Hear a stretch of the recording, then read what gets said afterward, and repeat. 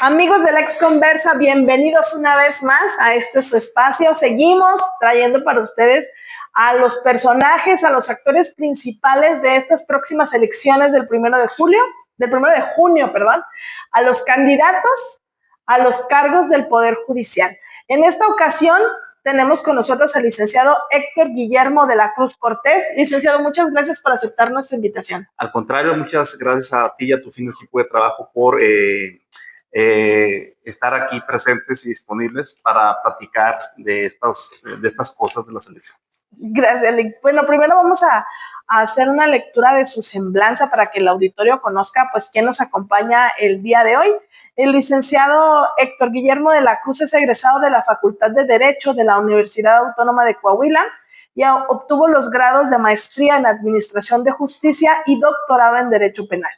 Cuenta además con 2 especialidades en áreas de la justicia penal para adolescentes y violencia de género y ejecución penal. Además, es docente en la Universidad Autónoma del Noreste y en la Universidad Vizcaya de las Américas. En el ámbito judicial, ha ejercido como juez penal en el sistema oral y acusatorio en varios municipios del estado de Coahuila y actualmente se desempeña en el Centro de Justicia Penal en la ciudad de Torreón.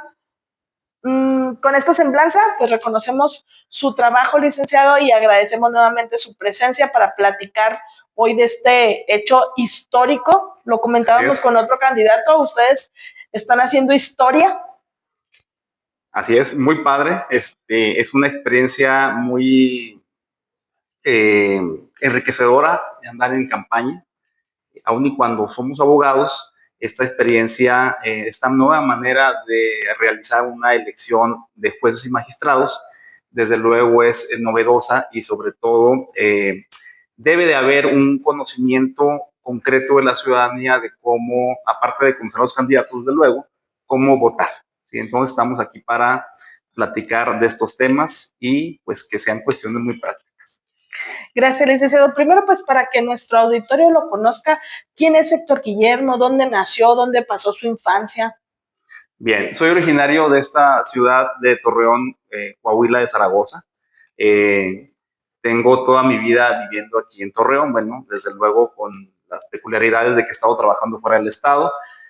Yo me desempeñé, mi infancia fue muy tranquila, a eso de los 12 años, 14 años, yo tenía la inquietud de estudiar Derecho, me apasionaba mucho el tema legal, siendo que vengo de una familia en donde la mayoría estudiaron medicina o enfermería o maestros. Usted fue rebelde. Yo fui el rebelde, entonces decidí estudiar o abrazar la carrera de Derecho desde muy joven.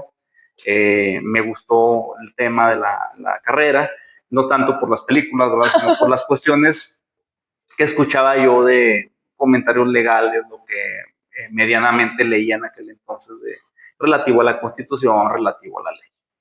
Pero sí, eso fue, pues estamos hablando de aquellos años del 1990, 1991. Y finalmente, pues ya después de realizar estudios de secundaria y de preparatoria, decidí inscribirme en la Facultad de Derecho. Pues soy orgullosamente egresado de la Universidad Autónoma de Coahuila. Soy generación 94, 1994, 1999. Entonces ya nos tocaron ciertos cambios en materia de justicia, pues que empezaron a permear a partir del año 2000 a la fecha. 5 años de carrera, siempre me gustó la materia penal. Otra de las materias que me gustaba mucho era la administrativa, precisamente. Desde luego, enlazada con el tema de derecho constitucional en aquel entonces, con el juicio de amparo en aquel entonces. Y puedo hablar de que fue fíjate que yo era... nuestro grupo, círculo de amigos, éramos mucho de estudiar, pues íbamos que al cine, íbamos que a la cenita, pero era mucho de estudiar, de un círculo muy, ahora sí que muy sencillo, pero sí nos gustaba mucho echar la platicada de temas legales, como que éramos entre nosotros mismos, nos informábamos. A debatir. A debatir, ¿verdad? En aquel entonces, estamos hablando desde luego, pues no había los cambios legales que había ahorita, que existen ahorita, pero sí nos encantaba mucho el tema de platicar de las clases, de lo que en ese momento se pasaba en la vida nacional y sobre todo pues algunas reformas que había en ese entonces al Código Penal, al Código Civil. Nos tocó esa esa primer reforma, gran reforma del Estado que hubo por aquellos años del 99, donde se deroga el antiguo Código Civil, se crea un nuevo Código Procesal Civil del Estado, un nuevo Código Civil, y hay algunas reformitas ahí al Código Penal del Estado, cuando va a temas de procedimiento. Pero sí, esos temas sí nos tocaron mucho y fueron muy comentados por nosotros, por la comunidad jurídica y por la comunidad de amigos en ese momento. Sí, recuerden en aquel entonces que yo ya estaba en la universidad también, nos regaló el gobierno del estado a todos los estudiantes una compilación con los nuevos códigos, que a veces llego a alguna oficina y todavía los veo por ahí ya parte de acervo histórico, sí, porque tenemos ya pues la ley de familia, etcétera, etcétera, todos los cambios que ha habido, pero sí fueron, es decir, siempre ha habido reformas polémicas, ¿no? Polémicas. Que nos ponen a estudiar.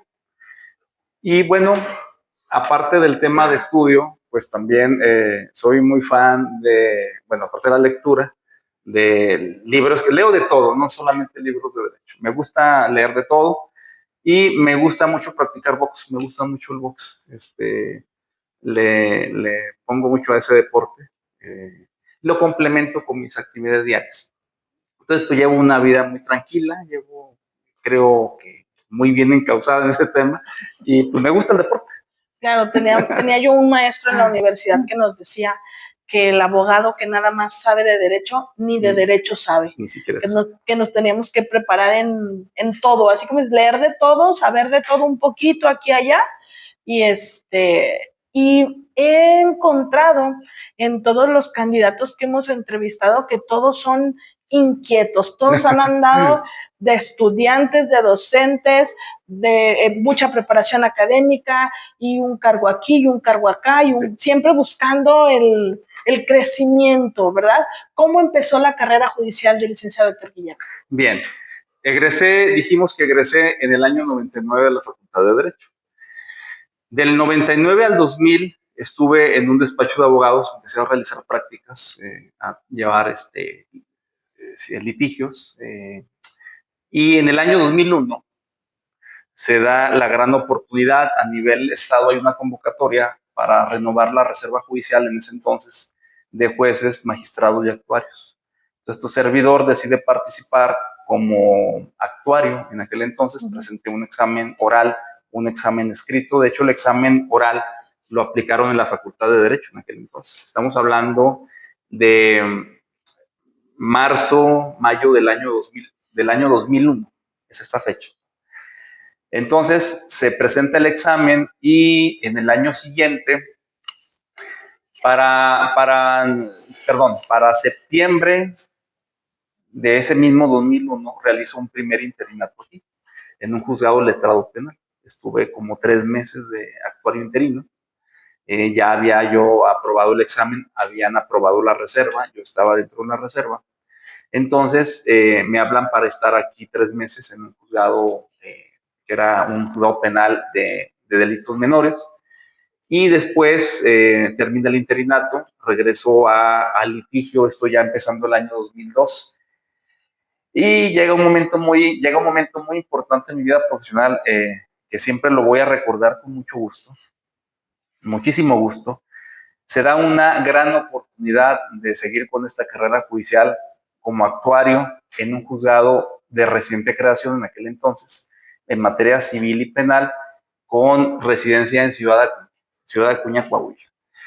Esto sucedió en mayo, finales de mayo del 2002, y me dijeron, licenciado, pues usted está considerado para estar en ese juzgado.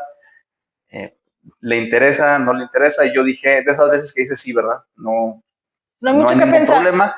Y ya después decía, no van a pensar mis amigos de la norte que otra cosa, sino que en ese momento yo me cuestioné, ¿y dónde es Acuña? Entonces, ya decidí irme a Ciudad Acuña. Muy generosa la tierra de la amistad conmigo, muy generosa con la gente de la laguna, con la gente de cualquier parte del estado. Yo en esa ciudad tuve un aprendizaje muy importante, no solamente o seguir estudiando o seguir en temas legales, realizando la función como actuario, sino con la cercanía a la gente. La gente del norte, pues sabemos, somos así muy sincerotes, ¿no? Y en la tierra de la amistad, pues no fue la excepción. De 2002 a 2004 estuve ahí, de actuario.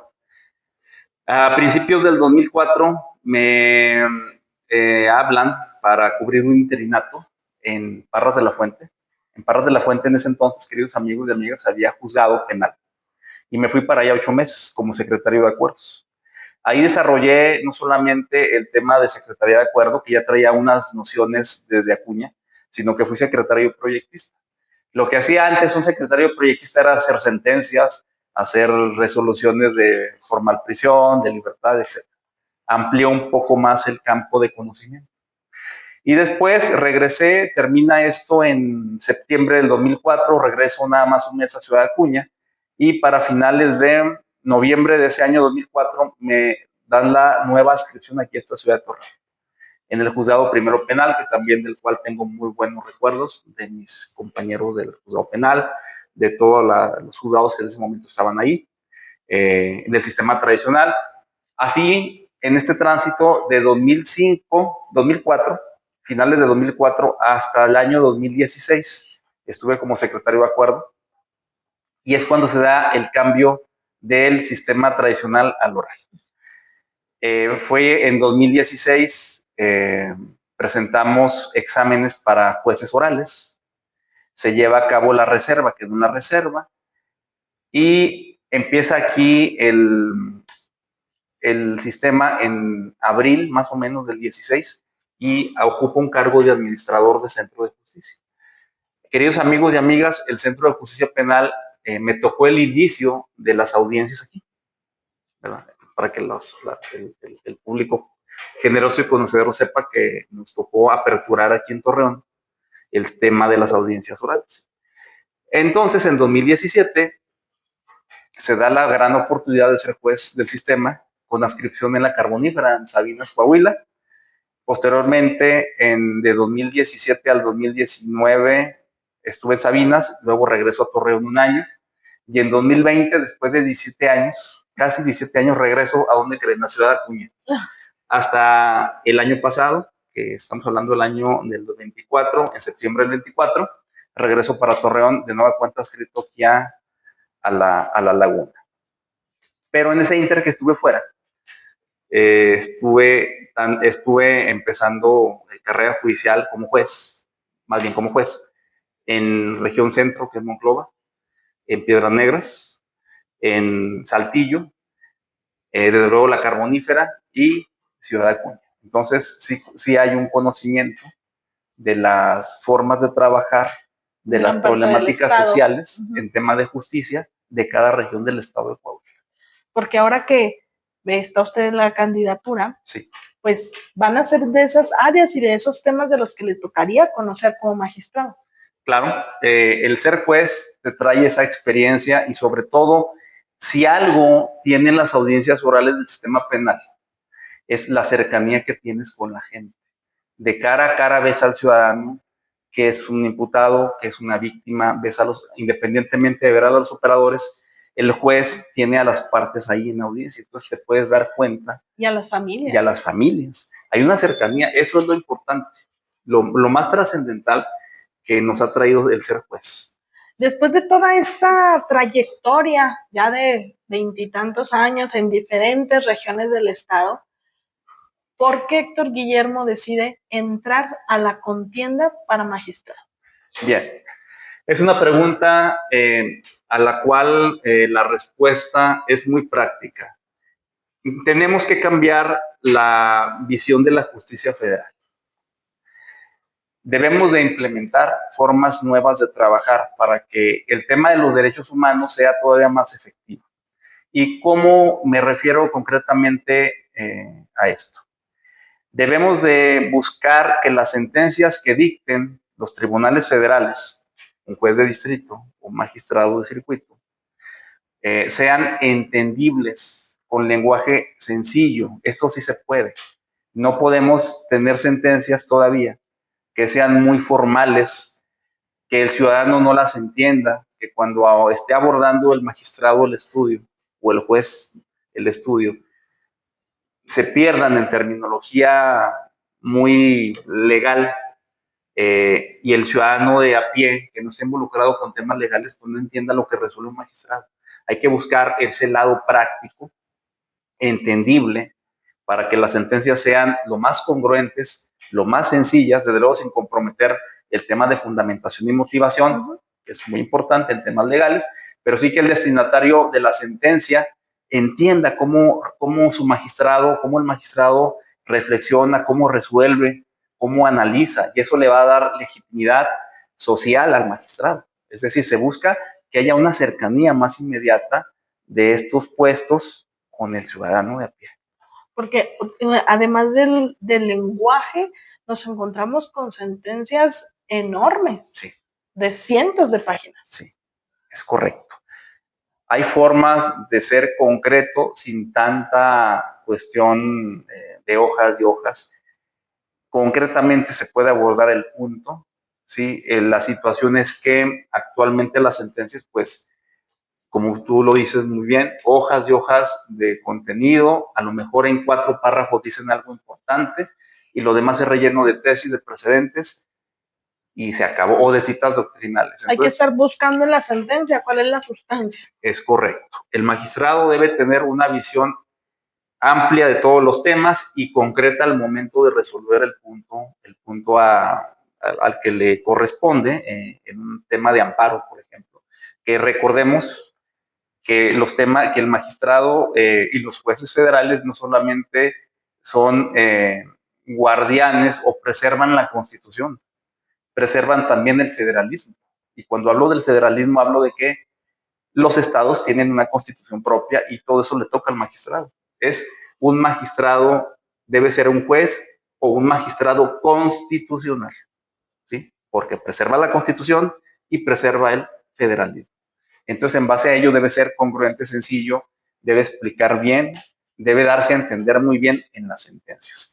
Más allá, yo sé que son temas de justicia, los temas de justicia son muy complejos, pero este es uno de los puntos prácticos que hay que cambiar.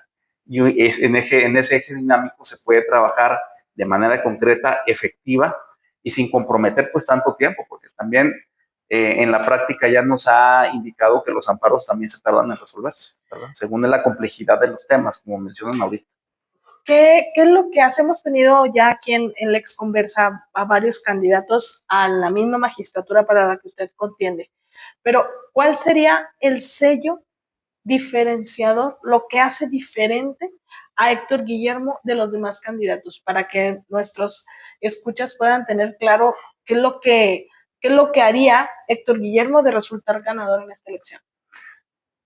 Que ese elemento de dignidad de las personas sea efectivo. Por eso hablo yo que mi eslogan de campaña es por la dignidad de tus derechos humanos.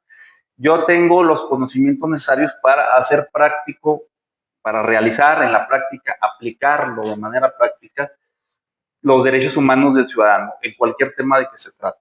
Y tener esa cercanía con el ciudadano, que el ciudadano sepa cómo resuelvo, cómo razono, y que tenga además, la garantía de ser un tribunal de puertas abiertas, que puede tener ese contacto con su magistrado, cuestionar a su magistrado, desde luego, y tener esa cercanía, es lo más importante.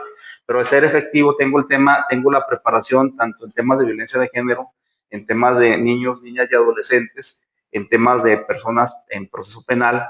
Entonces tengo esa capacidad y puedo realizarlo todavía de manera más práctica desde este puesto de una magistratura, para atendiendo a la dignidad de los ciudadanos como un valor grande, el más importante, yo creo, de todos los derechos humanos, dar pauta a que se concrete todo ese contenido de los que nos habla el artículo primero constitucional respecto a los derechos humanos y a las garantías que deben ser observadas, aplicadas por todas las autoridades del Estado mexicano.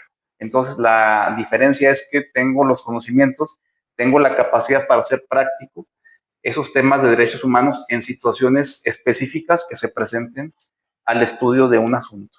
Porque me imagino yo que al ser juez penal, Sí. pues ha tenido contacto con situaciones muy delicadas, Sí. con situaciones muy sensibles, Sí.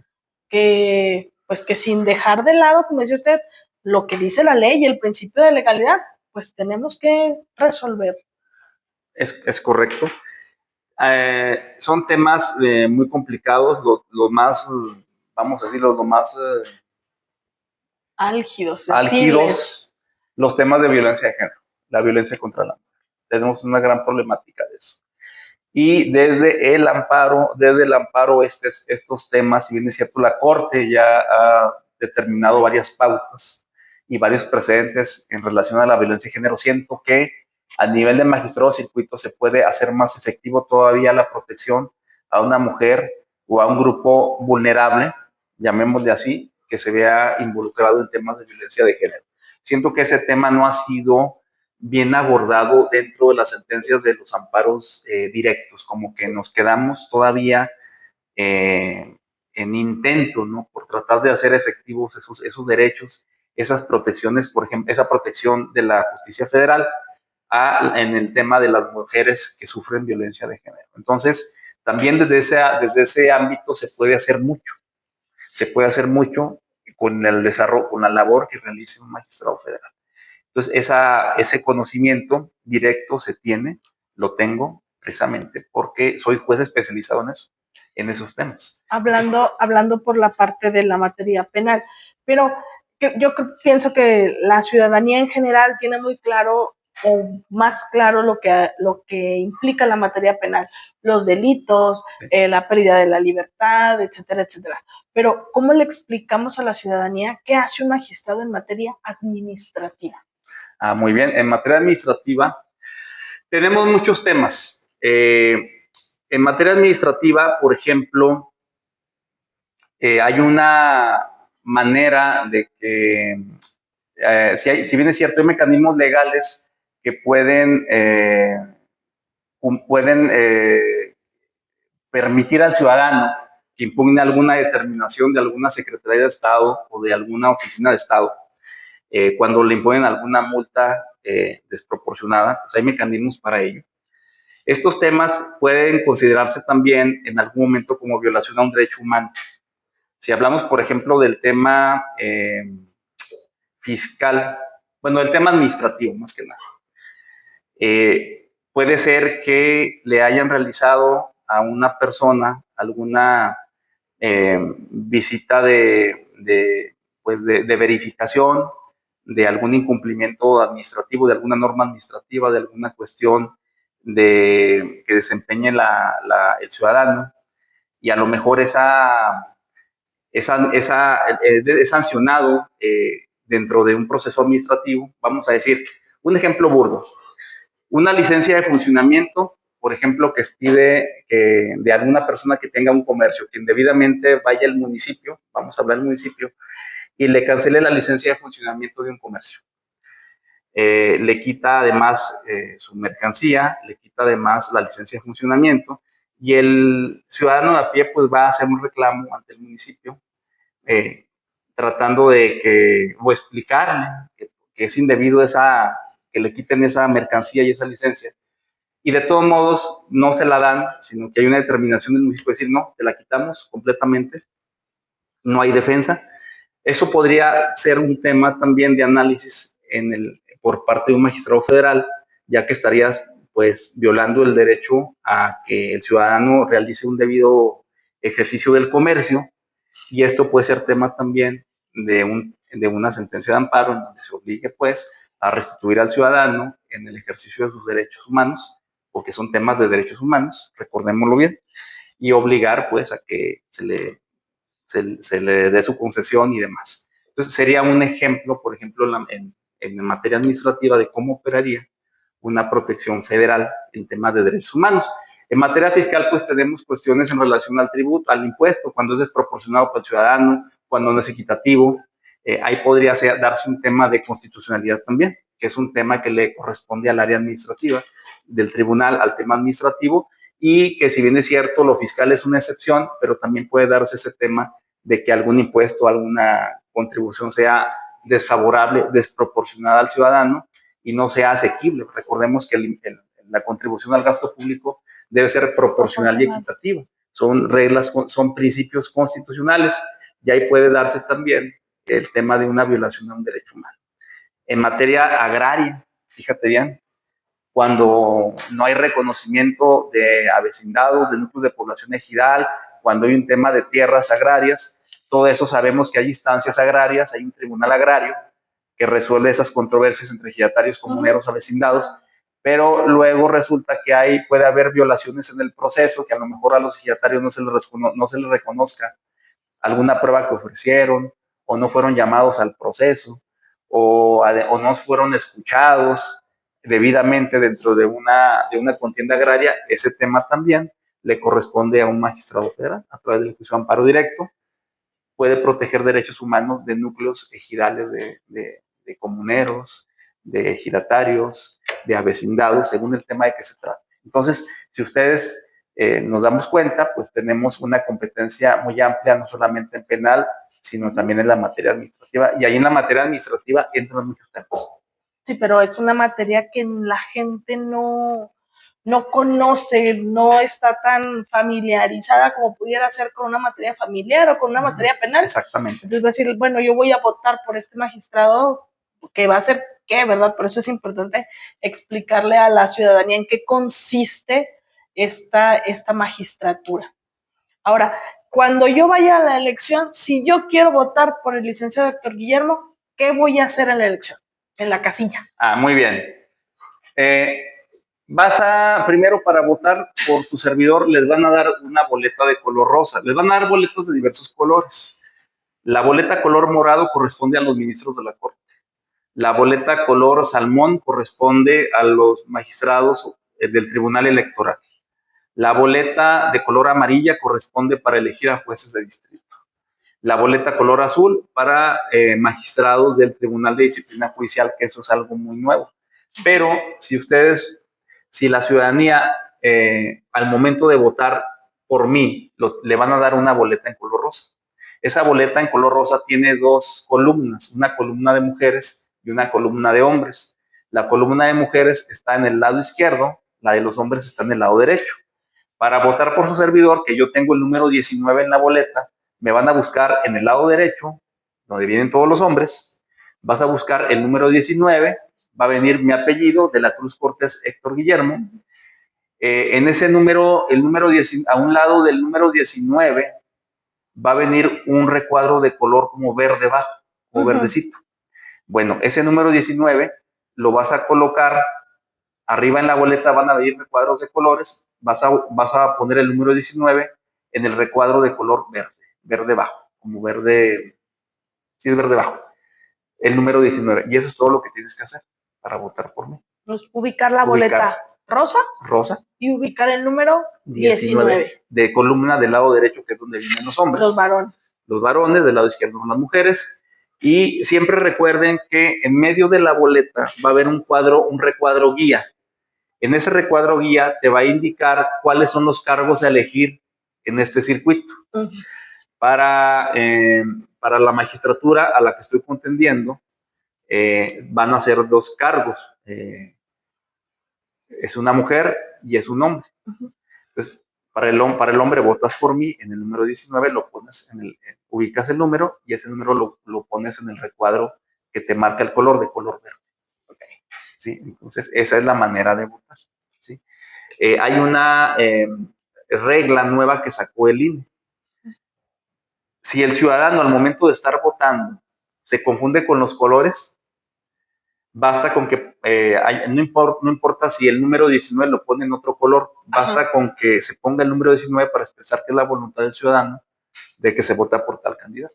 Ok, hay esa salvedad, porque nos parecía como muy estricto. Muy confuso. Sí, muy confuso y luego muy estricto porque la ciudadanía está habituada a votar con una tachita. Exactamente. Sí, cruzando el candidato que iba a elegir, sí.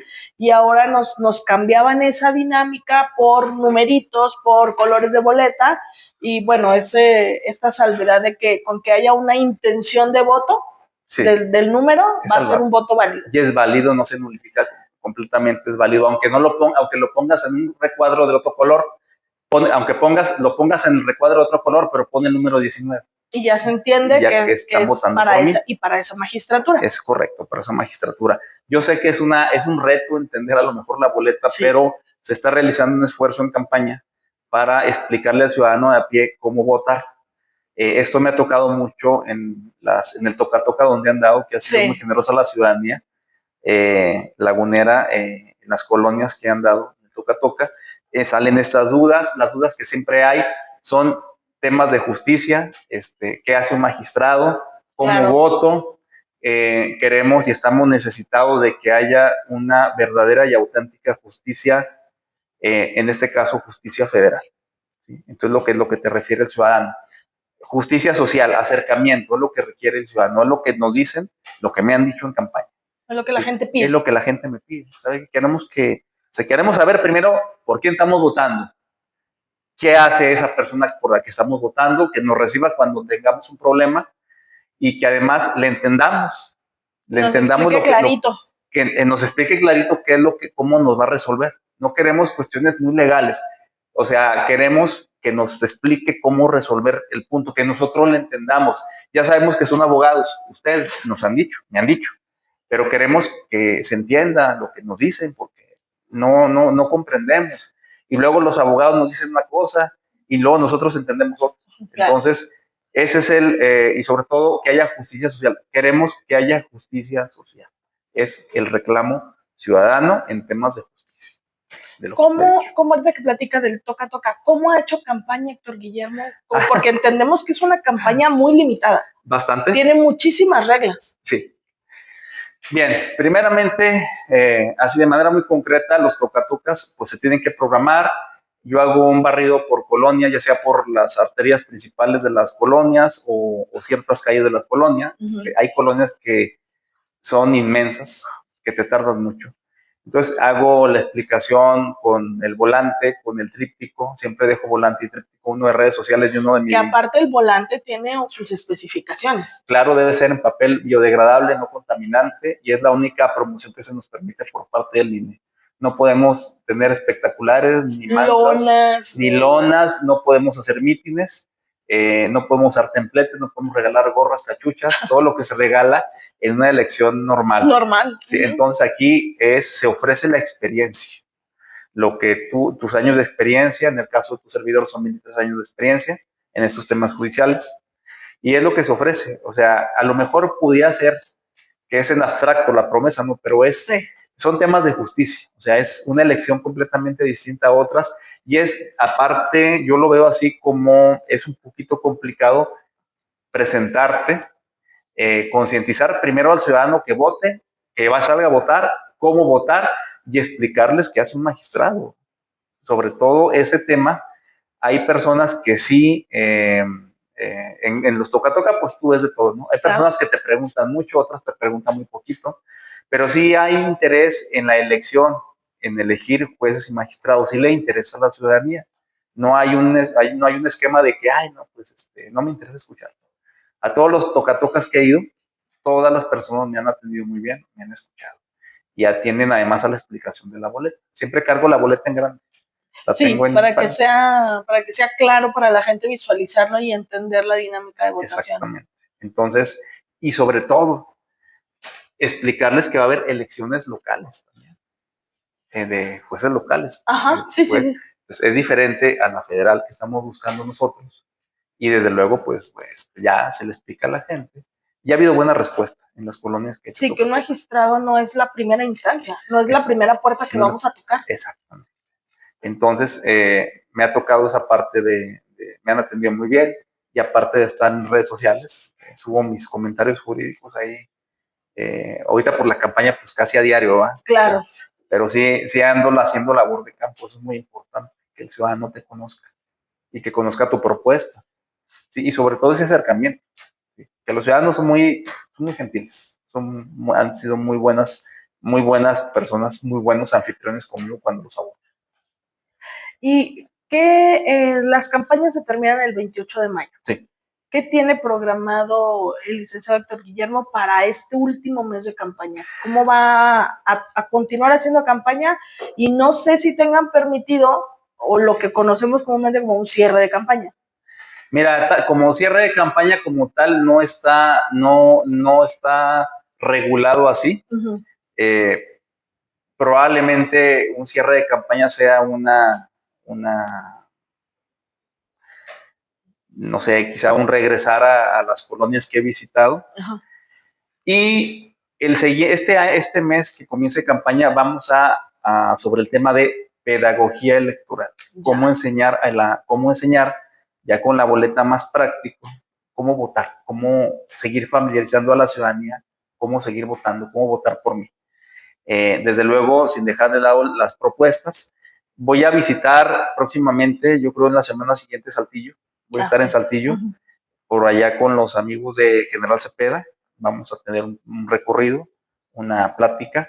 Y para el lado del Lerdo también se programa este mes que viene, este último mes de campaña, ir haciendo conciencia con los amigos del Lerdo, de San Pedro del Gallo, de San Luis del Cordero, de Nazas, eh, de Lerdo, ¿no? Sobre todo que es el área que toca a mi circuito electoral, y pues Parras de la Fuente, Viesca y Matamoros, que Porque esa serían las campaña partes. los obliga un poco a ser peregrinos, a andar por todos lados. Y aparte tenemos que efectivizar, optimizar el tiempo de campaña, porque Es muy poco. con una sola colonia de Torreón, una sola colonia que esté extensa, pues puede llevar todo el día.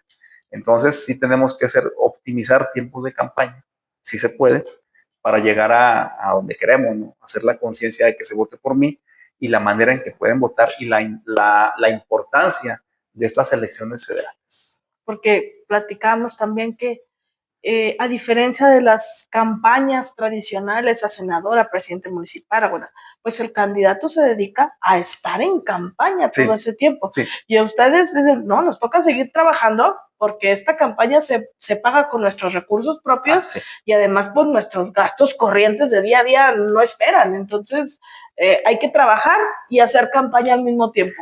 En el caso de tu servidor, yo tengo licencia de mis funciones. Afortunadamente me dieron la licencia, lo que dura el tiempo de campaña, pero sí es complicado en en el supuesto de otros candidatos que están trabajando. Sí. Terminan de realizar sus labores diarias y luego a salir a hacer campaña. En este caso, yo tengo esa situación de que tengo la licencia y pues de manera libre puedo programar mis toca-toca o lo que vaya a realizar, ¿verdad? Los viajes, Sí. las... Es que, mira, realmente la realidad es, yo así lo veo, o te dedicas a hacer campaña o trabajas. Claro. No puede, o sea, sí se puede compaginar, pero es muy complicado. Muy pesado. Es muy pesado, es muy pesado. Entonces, afortunadamente, pues... Y además el tiempo que les dieron de campaña es muy corto. Es muy corto, es muy corto. Entonces, yo sé que el tema de redes sociales es muy importante, pero sí también le apuesto a seguir haciendo presencia con la gente. A estar en las calles. En las calles, ¿sí? Con el ciudadano a pie. ¿Cómo podemos conocer completamente, ampliamente el perfil del licenciado Héctor Guillermo? ¿Dónde lo puedo buscar para conocer, leer más detenidamente su trayectoria, su formación académica y sobre todo su propuesta para esta elección? Página del INE, queridos amigos y amigas, hay una plataforma, se ingresan al INE, así al INE, y ahí van a ingresar al INE, va a salir una plataforma que dice elección judicial, conócenos. Le dan clic ahí y ahí están los currículums de todos los candidatos y las propuestas. Viene mi fotografía, viene mi currículum en versión pública y ahí pueden ustedes ver un poco más de mi trayectoria.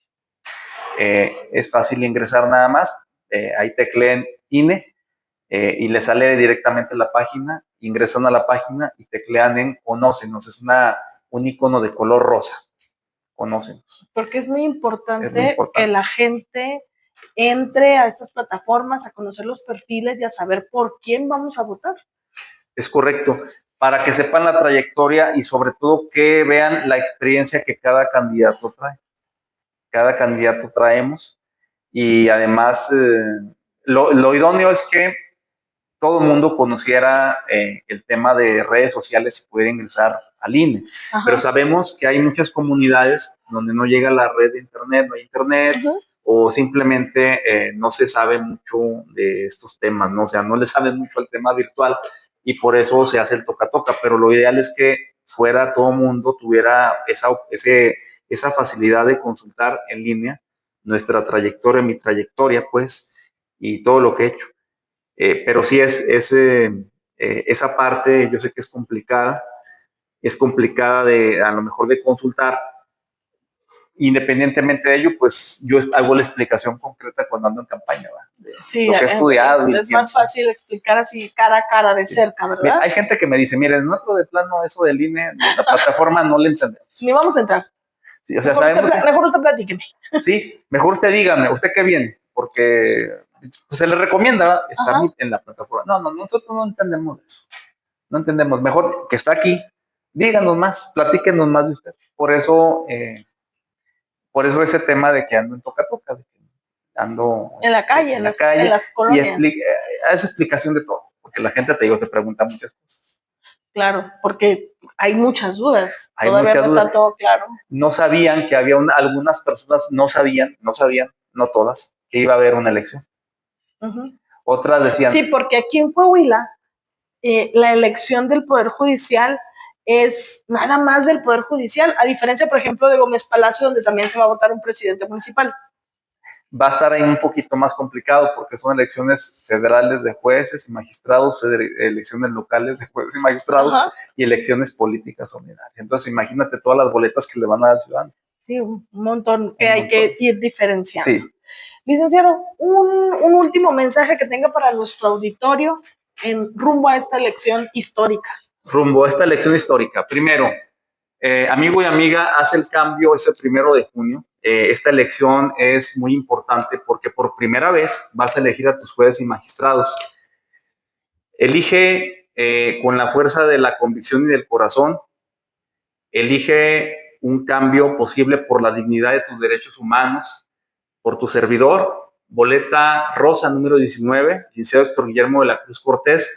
Recuerda que el cambio lo hacemos todos y debemos de tener esa proximidad del ciudadano, que tengas esa proximidad con el magistrado y que sea, desde luego, más efectiva, más concreta, más práctica, una justicia social y sobre todo de la justicia social que sea efectivo tus derechos humanos. Entonces, en ese tenor, vota por la dignidad de tus derechos humanos este 1 de junio y te invito a que sigas conociéndome en redes sociales, en mi TikTok, en mi Facebook, desde luego en la plataforma del INE, y sale a votar este 1 de junio. El cambio lo hacemos todos. Muchas gracias, licenciada. Le deseamos mucho éxito en la elección y, como siempre hacemos, pues comprometerlo para que nos visite en otro momento para platicar de otros temas. Claro que de luego estoy a la orden de ustedes. Muchísimas gracias por haber aceptado la invitación. Amigos del Ex Conversa, por favor, compartan este contenido, denle like, suscríbanse a nuestro canal. Seguiremos teniendo candidatos para acercarlos a ustedes. Muchísimas gracias por el favor de su atención y nos vemos en otra entrevista. Gracias.